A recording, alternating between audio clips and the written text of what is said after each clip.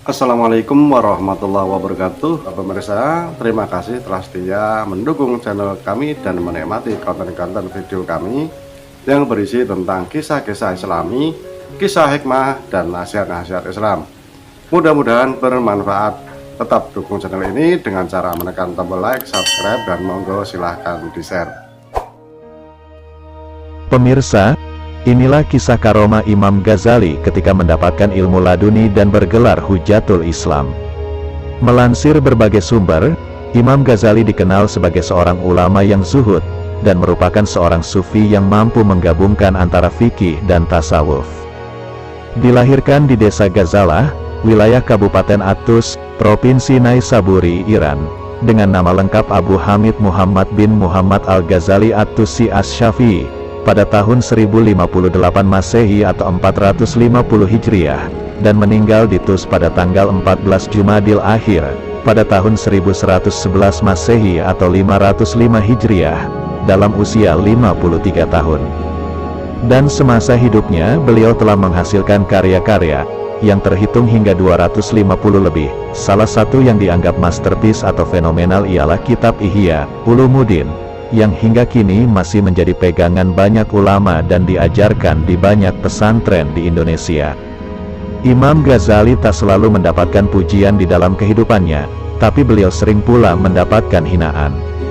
Namun di balik perjuangannya tersebut kita dapat mengambil hikmah dan pelajaran dari perjuangannya dalam menuntut ilmu.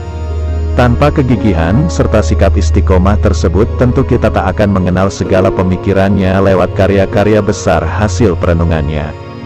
Imam Ghazali memiliki banyak gelar, diantaranya adalah Hujatul Islam, Pembela Islam, Zainuddin, Hiasan Agama, Bahrun Mugrik, Samudera yang Menghanyutkan, dan masih banyak lagi.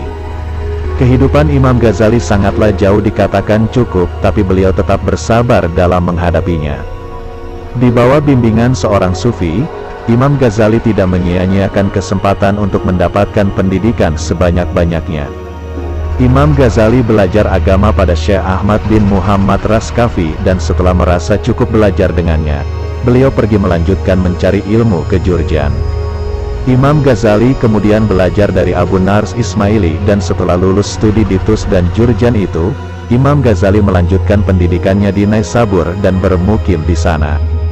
Kemudian beliau belajar dengan Syekh Al-Juwaini yang dikenal dengan gelarnya Imamul Haramain, seorang ulama terkenal dengan ilmunya yang dalam. Dari Imamul Haramain inilah Imam Ghazali belajar tentang ilmu kalam, ilmu usyul, mazhab fiqh, retorika, tasawuf, dan filsafat. Pada tahun 1091 atau 484 Hijriah, setelah beberapa tahun belajar dengan beliau, Imam Ghazali diangkat menjadi guru besar di Universitas Nizamiyah Baghdad. Kemudian Imam Ghazali diam-diam meninggalkan Baghdad menuju Syam karena ingin menenangkan diri dari keraguan dan kegundahan hatinya. Selanjutnya setelah dari situ perjalanannya dalam menimba ilmu dan menghasilkan karya terus berlangsung. Namun, beliau tak akan pernah lupa, begitupun setiap orang yang mengenalnya, bahwa guru awalnya di dunia tasawuf adalah seorang tukang sol sepatu bernama Syekh Al-Uski Al-Khurazi. Imam Ghazali berguru dengan ulama tersebut direkomendasikan oleh saudara kandungnya yang bernama Ahmad. "Saya ingin belajar kepada Tuan," kata Imam Ghazali ketika bertemu dengan Syekh Al-Uski. "Bisa jadi engkau tidak akan kuat menerima perintah-perintahku jika engkau belajar kepadaku," jawab Syekh Al-Uski. Kemudian Imam Ghazali menjawab, "Insya Allah saya kuat menerima perintah." Mendengar tekad itu, Syekh Al-Uski kemudian berkata, "Baiklah kalau begitu, maka sekarang bersihkan lantai ini." Kemudian beliau hendak membersihkan lantai itu dengan sapu. Namun sebelum dimulai, Syekh meminta supaya Imam Ghazali membersihkan kotoran di lantai menggunakan tangan. Imam Ghazali memenuhi perintah gurunya tersebut tanpa protes dan langsung mengerjakannya dengan bersungguh-sungguh. Karena kotorannya cukup banyak, Imam Ghazali terlihat berhati-hati dan menghindari kotoran, dan Syekh Al-Uski melihat itu, kemudian menyuruhnya untuk membersihkan semua itu menggunakan bajunya. Tanpa banyak melawan, Imam Ghazali menurut dan mengerjakannya dengan tulus. Saat akan memulai, tiba-tiba Syekh melarang dan memerintahkannya untuk pulang. Imam Ghazali tetap menurut dan tanpa sadar ia tiba-tiba merasakan telah mendapatkan ilmu yang begitu banyak dari Syekh. Seluruh ilmunya seakan berpindah begitu saja. Allah telah memberikan ilmu laduni yang diperolehnya karena ketulusan serta kebersihan hatinya di dalam mengikuti perintah gurunya. Hingga kemudian di dalam setiap menuntut ilmu, Imam Ghazali selalu mendapatkan kemudahan hingga kerap dipuji kecerdasannya oleh banyak orang hingga saat ini. Dikisahkan, suatu ketika dalam sebuah majelis ilmu, Abu Hamid bin Muhammad Al-Ghazali, di sidang para ulama Baghdad, pasalnya, Al-Ghazali seringkali mengutip sejumlah hadits yang dinilai dhaif, lemah, bahkan memasukkan hadis-hadis maudhu, palsu, dalam beberapa karyanya. "Kenapa Anda berbuat demikian?" tanya seorang ulama menghakimi. Al-Ghazali yang dijuluki Hujatul Islam itu menjawab dengan tenang, "Para ulama yang mulia, saya menyeleksi hadits menggunakan cara yang berbeda dengan Anda semua. Cara saya hanya dengan mencium hadits tersebut, jika tercium semerbak wangi, maka hadits itu sahih. Sebaliknya, jika tidak tercium harum, maka hadits itu dhaif atau maudhu." Inilah yang disebut dengan Tariqah Al-Mukasyafah, metode penyingkapan metafisika. Para ulama yang ada di majelis itu pun terkagum. Kisah tersebut termaktub dalam buku berjudul Kisah-Kisah Ajaib Imam Al-Ghazali yang ditulis Mukti Ali. Dalam buku setebal 404 halaman ini, penulis menghimpun 39 kisah ajaib yang dirujuk dari sejumlah kitab-kitab klasik, baik yang ditulis oleh Al-Ghazali sendiri ataupun dari literatur klasik lainnya seperti kitab Nasaihul Ibad karya Imam Nawawi Al-Bantani.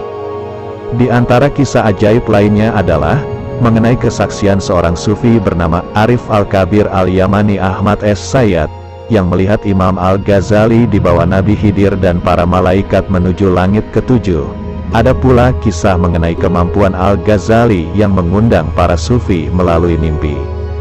Sejumlah ulama percaya, Al-Ghazali merupakan seorang sufi yang mencapai derajat wali, misalnya seperti yang dikisahkan Syekh Al-Arif Abi Hasan Al-Syazili, mursyid sekaligus pendiri Tarikat Syaziliyah itu bermimpi melihat Nabi Muhammad berbincang dengan Nabi Musa dan Isa.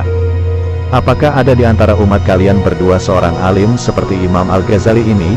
tanya Rasulullah. Keduanya menjawab serentak, "Tidak ada dari umat kami seorang alim seperti Imam Al-Ghazali."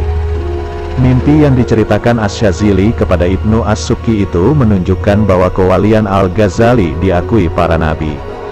Sebagai ulama besar, kehidupan Imam Al-Ghazali banyak ditulis oleh sejumlah akademisi dari timur dan barat. Sejumlah karya tulis itu umumnya membahas mengenai biografi Al-Ghazali serta pemikiran-pemikirannya dalam berbagai aspek. Sebagai contoh adalah buku berjudul Konsep Pemikiran Al-Ghazali tentang Pendidikan yang ditulis oleh Abu Muhammad Iqbal. Namun baru buku berjudul Kisah-Kisah Ajaib Imam Al-Ghazali ini yang memberikan sudut pandang lain dan unik mengenai sosok yang bergelar Hujatul Islam. Wallahu a'lam. Wassalamualaikum warahmatullahi wabarakatuh.